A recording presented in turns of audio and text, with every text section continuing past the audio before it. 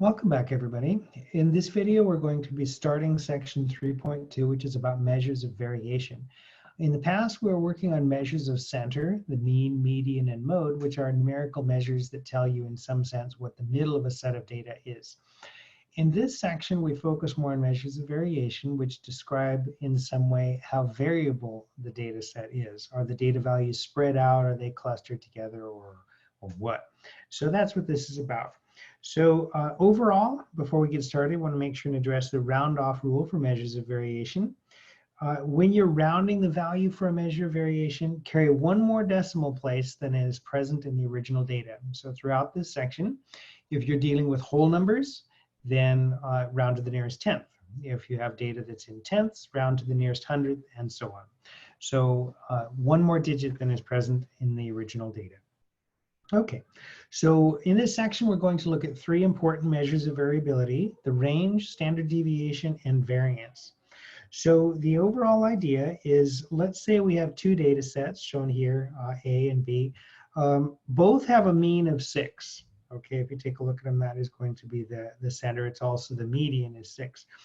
But it should be clear that the second data set, the one I've labeled B, is more variable than the first one. The data values are more spread out than in A.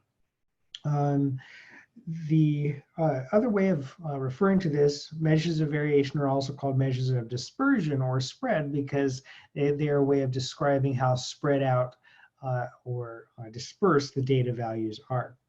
The first measure of variation we have is the range for a set of data. The range of a data set is the difference between the maximum and minimum values. So the maximum minus the minimum. In the first case, we had, for A, we have data values of 5, 6, and 7. So 7 minus 5 is going to be 2. So the range for A is 2. And then for the second one, it's 9 minus 3, or 6. And so higher range in the second case, and that's consistent with our expectations that the second data set has a greater variability than the first data set. Okay, a downside to the range is that the data values, the only data values you use are the maximum and minimum, and so it doesn't really describe the data that well in that sense. Here's another example. Let's say we have two other data sets. This one is 2, 5, 5, and 10. In this case, the range is going to be 8. That's 10 minus 2, right? So the range is going to be 8. Here, the data set is 2, 2, 2, and 10, and the range is still 8. So these two data sets both have a range of 8, but I think we can all agree that the first data set is more variable. 2, and then there's 2 data values of 5, and then 1 of 10. Now, the second data set, there are 3 that are 2, and then only 1 that is 10. So the fact that the range is both 8 doesn't kind of let us know the difference in those two data sets. So an advantage to the range is that it's really easy to calculate. A disadvantage, though, as we saw, is that it doesn't take into account all the data values. Okay. A more commonly used measure is going to be the standard deviation, but it takes us a little more time to develop. We're going to start that now, though. So here's this. If X is a value in a data set that has a mean of X bar, so we're going to do this just for samples. Now remember, X bar is the sample mean. If X is a value in a data set that has a mean of X bar, then X minus X bar is X's deviation from the mean. So what the deviation of a value from the mean is just how far a value is from the average. So as an example, let's say that you take a test in some class and the average is 72 and you got an 80, your deviation from the mean is going to be an 8. On the other hand, your friend who got a 60 when the average was a 72, your friend's deviation would be negative 12, right? Because your friend is 12 points below the average. So the deviation is just how far are your data values, or how far is each data value from mean. So as an example, we're going to calculate. Let's say that you've got 5 tomato plants or something in your lab, and here's their heights in inches after a certain number of weeks. They range from 28 inches to 18 inches in height. I calculated the mean already for us, and it is 23 inches. So we're going to start by calculating the deviations in each case. So 28 minus 23 is 5 for the first plant. 22 minus 23 is -1 for the second plant. 21 minus 23 is -2 for the third plant. 26 minus 23 is 3 for the fourth plant, and then 18 minus 23 is -5 for the last plant. And we could go ahead and graph some of these along this number line as well. So for the plant of height 28 inches, we can represent its deviation by this green line segment. Let me do the other positive one while I'm at it. 26 down here had a deviation of 3. And then for the negative ones, let me use red. 22 was 1 unit below the mean. 21 is 2 units below the mean. And then 18 was 5 units below the mean. All right. So that gives kind of a visual representation of how the deviations play out. One thing that you possibly already noticed is this. Let's add up those deviations. 5 minus 1 is 4, minus 2 is 2, plus 3 is 5, minus 5 is 0. So the deviations all add up to 0. It turns out that that always is going to happen. The deviations always add up to 0. And that turns out to be a kind of a disadvantage for us, because one way that we could have considered thinking about measuring a variability of a data set would be to think about, well, what's the average deviation? Here we saw that we had deviations of 5, -1, -2, 3, and -5. So a reasonable idea would be to say, okay, to measure how variable a data set is, let's average these deviations. But as you can see, that's not going to work, because if we try to add up those deviations, it's going to be 0, because those negatives and positives always are going to cancel each other out. So we have to have another idea.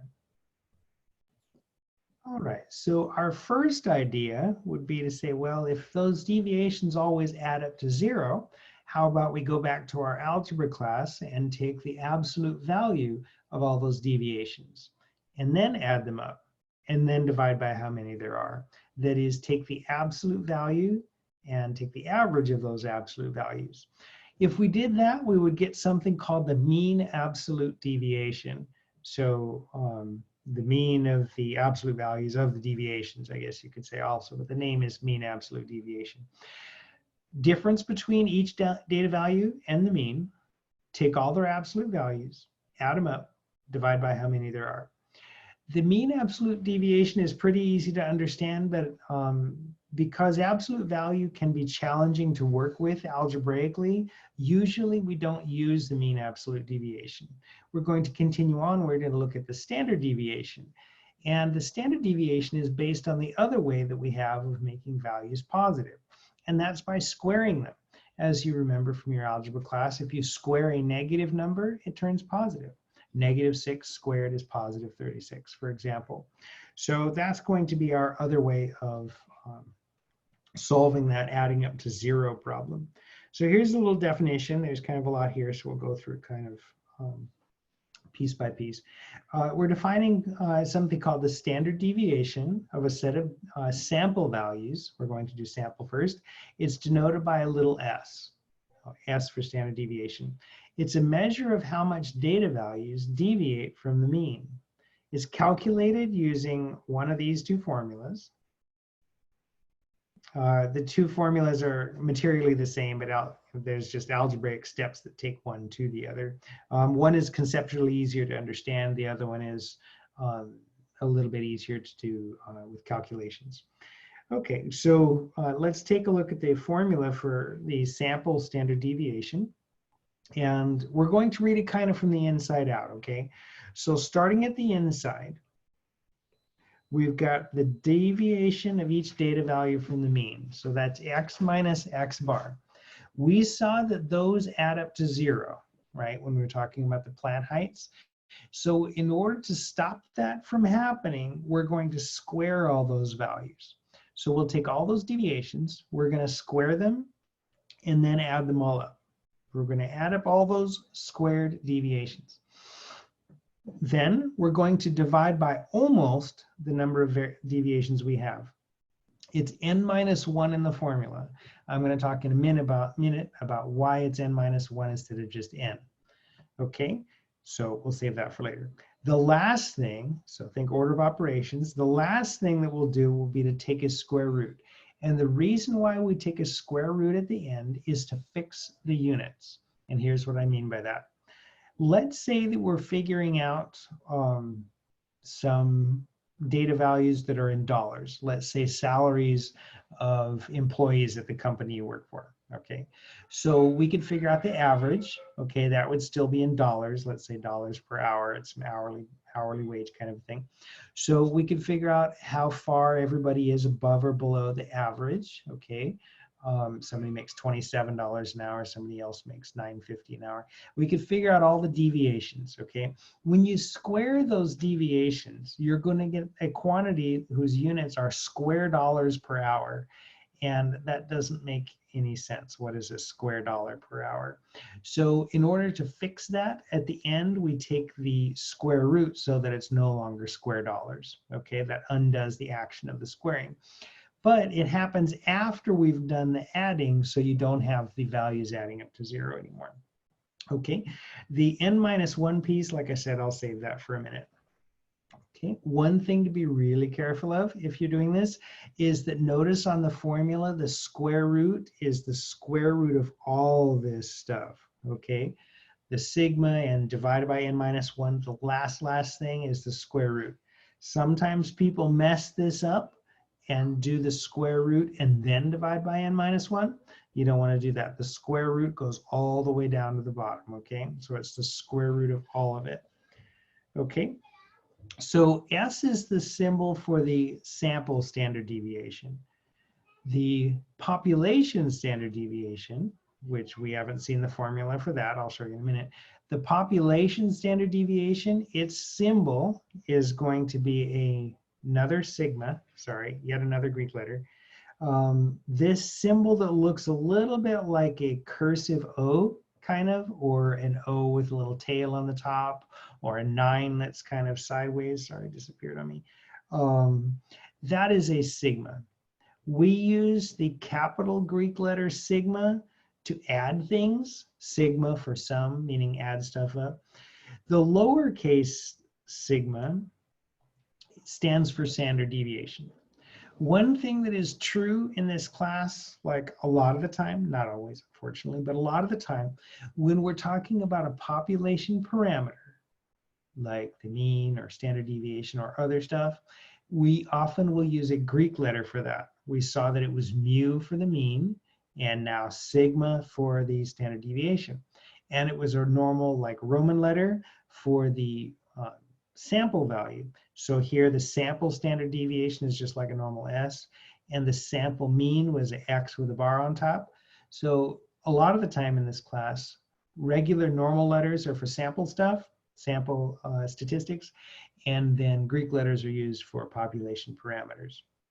Okay, so the sigma, population standard deviation, represented with this lowercase sigma. Okay, as you know, a lot of times we don't know everything about an entire population. Okay, so we would take a sample, and then the idea is that a sample is supposed to represent the population. Okay, let's say that we want to know the variability of the weights of all the pigeons who live in Coachella Valley for some reason. Okay, so you're going to have a hard time getting a hold of all the pigeons in the valley and measuring their weights and calculating that standard deviation. So no, we're not going to do that. Instead, you're going to go somehow collect 100 pigeons, let's say in Coachella Valley, measure their weights, and then calculate the standard deviation of that. Assuming you've done your sampling carefully, which we're going to assume that you have, you're going to come up with an S, a sample standard deviation for the weights of those 100 pigeons. If you've done everything right, then that sample standard deviation should represent something like the population standard deviation. Sigma we hope, is well estimated by the S. Okay, S should be pretty close to sigma, otherwise why are we doing it? Okay, the sample information is supposed to tell us something about the population. It turns out, using like statistics that we're not going to go into, like more deeper kind of statistic stuff, that it turns out that if we use n-1 instead of n, that we end up with a better estimator. That is, S will fit sigma better if we use n-1 instead of n. It has to do with a concept called degrees of freedom, and if you want to read about that online or elsewhere, you're welcome to do so. But for our purposes, we don't need to go into it. You do need to know, though, that it's n-1 instead of n. And if you have the idea that it's because that way S will better estimate sigma, then that's good enough for now. Okay, so there's our formula. This one is most easy to remember and is useful for a small amount of values. If for some reason you had a lot of data values, this second kind of computing formula might be easier for you to work with. On this one, how to read it, n is the number of values you have. That would be multiplied by the sum of the squares of the data values. And then you'd subtract, take the sum of the data values, square that, take the difference, divide by n times n-1, and then finally take the square root of that. This one in this format, it's kind of hard to understand where the formula comes from. So we're not going to. Instead, we're going to just kind of understand conceptually where that first formula comes from and just kind of know that some algebra could take you from one to the other. Okay, so I think that's everything we need there. So now let's try it, okay? So we want to find the sample standard deviation of the numbers 2, 3, 6, and 9. So because of the labor involved, we're not going to use really huge data sets. In reality, you'd use computers or calculators or computer software to do these calculations. But we're going to do it once just to show how the formula works. So let's say we have values of 2, 3, 6, and 9, and we want to find the sample standard deviation. So I'm going to first calculate the deviations. I've calculated the mean for you already, and it's 5. So 2 minus 5 is -3. 3 minus 5 is -2. 6 minus 5 is 1. And 9 minus 5 is 4. And then if you want, just to kind of confirm for yourself, if you add up those numbers, -3, -2, 1, and 4, they are going to add up to 0. So sure enough. So let's square those. Okay, and now we wanted to add those up, right? The formula reads, it's easiest for me to remember if I think inside out. So we're going to take each deviation from the mean, we're going to square that, we're going to add them up, we're going to divide by 1 less than the number of values we have, and then take a square root. So let's add up these values. So that's 20, 30, it looks like. Okay, so we have 30 divided by 1 less than the number of values we have, so that's 3. And so take the square root, so that is the square root of 10. Okay, so let me give an approximate value for you for that. It's a little over 3, right? So about 3.2. So here you'll notice that I'm rounding to the 10th place. My original data values were whole numbers, so I'm rounding to 1 more digit than that. Okay, as far as what that tells you, for now, you can just kind of think of, well, a higher number is more variable. If we had a data set where it was like 5 or 6, then that would mean a more variable data set. If it was lower, it would be less variable. What I wanted to do next is show you how to do this in StatCrunch. So we're going to do that, and I'm also going to show you how you can do this using Excel if you want to. All right, so this is going to be the example we're going to use to show how to do this calculation in software. So the story is this length in time in years for a random sample of college students to get their bachelor's degree, and then they give a little source. So here, this is a lot longer than you would want to do by hand, especially because once we've got the mean, we're going to have to take the difference and square it. And as you know, when there's decimals, you can have a lot of digits sometimes involved when you start squaring things. So the calculations get kind of really awkward really fast when doing these. So let me show you how to do this on the computer in 2 ways. All right, so I've put the data into StatCrunch for the graduates. So it's all here in the first column, and there were 20 values. To get the standard deviation calculation, we're going to go to Stat, and then Summary Stats. Our data is here in columns. And then I only have one column, it's grad, so let me click on that. This is the same directions, by the way, as we used to get the mean and median before. So you'll notice that that is among these choices under statistics, but let's just click on compute so we can get everything. And so you'll see it here. We saw the mean before, so the mean was 6.5. We're going to skip over variance for right now, but the standard deviation is about 3.505. So our data values here, there were some that were tenths, so I would report this to the hundredth place, so that would be 3.51. Okay, so that's how you would calculate the standard deviation here in Excel, or sorry, in StatCrunch. I'm going to show you how to do this in Excel next. Yeah, that's enough for right now. All right, so now I've put the data into Excel also. If you have experience with Google Sheets, you can try to see if this is possible in Google Sheets as well. I haven't used it, so I'm not sure how it would go, but if you want to try that, you're welcome to do so. So the data is organized in column A. And so then to enter the formula for this, let me make this a little larger.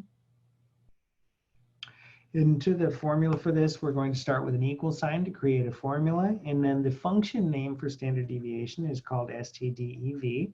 And there's a handful of them. And if you like, you could read through those and see what the differences are. For our purposes, you could just use the original one, the stdev one. And then a left parenthesis. And then from here, you're going to want to enter the range that includes the data whose standard deviation you want. So I'm going to go over to that first column and highlight all of the data that we have. And then you'll see that it occupies cells A1 through A20. I'm going to close the parenthesis and then hit enter. And my formula is replaced with the value. And it worked out to, again, be 3.51 once you round it. All right, so that's how you do this in Excel using the stdev or standard deviation formula. I don't believe I've shown you anything in Excel before, so since I have it up here, let me go ahead and put the average for you. We think of the average as the mean. Excel uses the name average for it. So I always type mean at least once, and then I'll remember that it's average in Excel. Same range. And then, yes, the mean was 6.5. I'll leave it to you to figure out what the median function is, how to invoke the median function if you're interested in that. All right, so that's enough of Excel. All right, so continuing onward, I wanted to mention the population standard deviation. Although realistically, we don't often know what the whole population of something is. Just in case we do, here's the formula. We would take still the deviation as the innermost part of our formula. So it'll be x minus mu. Now that we're doing the population standard deviation, we'd be using the population mean in the formula. So it's x minus mu. It's still squared. So it's x minus mu squared. And then is going to be, all those values are added up. We're going to have divided by n. And then we'll be taking the square root of that. And that will be our value for sigma. All right, so sorry about that. I had left this Excel screen up there. So moving on, I wanted to show the formula for the population standard deviation. So since we're using population here, we'll have a mu in the formula where before we had the x bar. So it's going to have x bar, x minus mu instead of x minus x bar. The deviation from the mean, we'll square that, we'll add them all up, divide by how many we have. So this time there's no minus 1, because the purpose of the minus 1 in the other formula is to make it so that S is a good estimator for sigma. But if we have the whole population, then there's no reason for us to make that correction. Remember that capital N is the size of the population, and that little n was the size of a sample. So we're dividing by capital M. And then once again, we're taking the square root to fix up what the units are. So sigma is the square root of the sum of x minus mu squared to all divided by n. Okay, and that's our population standard deviation formula. All right, so some concept stuff next. Some important properties of the standard deviation. The standard deviation is a measure of how much data values deviate away from the mean. Okay, so how far or how much do the data values deviate from the mean? The data value or the value of standard deviation S is usually positive. It's never negative, but it's usually positive. It's 0 only if all the data values are the same number. So that would be really, really rare if you had a sample or definitely a population where all the values were the same. If the values are all the same, the standard deviation will be 0. Otherwise, it will be greater than 0. Okay, bigger values indicate more variability. At this point, we don't really have a meaning of saying, okay, well, the standard deviation was 5. Okay, we don't have a sense of a specific number, but we can say bigger versus less. Okay, bigger standard deviation means more variable. Okay, the value of the standard deviation S can increase dramatically with the inclusion of one or more outliers. We saw that the mean was sensitive to inclusion of outliers, and since the mean is present in the formula, it makes sense that the standard deviation also is going to be sensitive to the inclusion of outliers. Okay, the units of the standard deviation, such as minutes, feet, pounds, whatever it is, are the same as the units of the original data values. And that's because we've taken that square root, which would fix that square dollars situation that I'd mentioned. Okay, so the units on the standard deviation are the same as the units on the values themselves. The sample standard deviation S is what's called a biased estimator of the population standard deviation sigma. You can read about that in the textbook, but basically it's it doesn't perfectly track sigma. That adjustment that we make, making n minus 1 instead of n in the formula, improves that approximation of S for sigma, but it doesn't make it perfect. Okay, it's important to compare standard deviations only when the sample means are approximately the same. When you're comparing variation in samples with drastically different means, or especially things where the units are different, it's better to use the coefficient of variation, which we're going to talk about another time. All right, this takes us to the end of this first video on measures of variation. We've looked at range, and we've looked a little bit at standard deviation.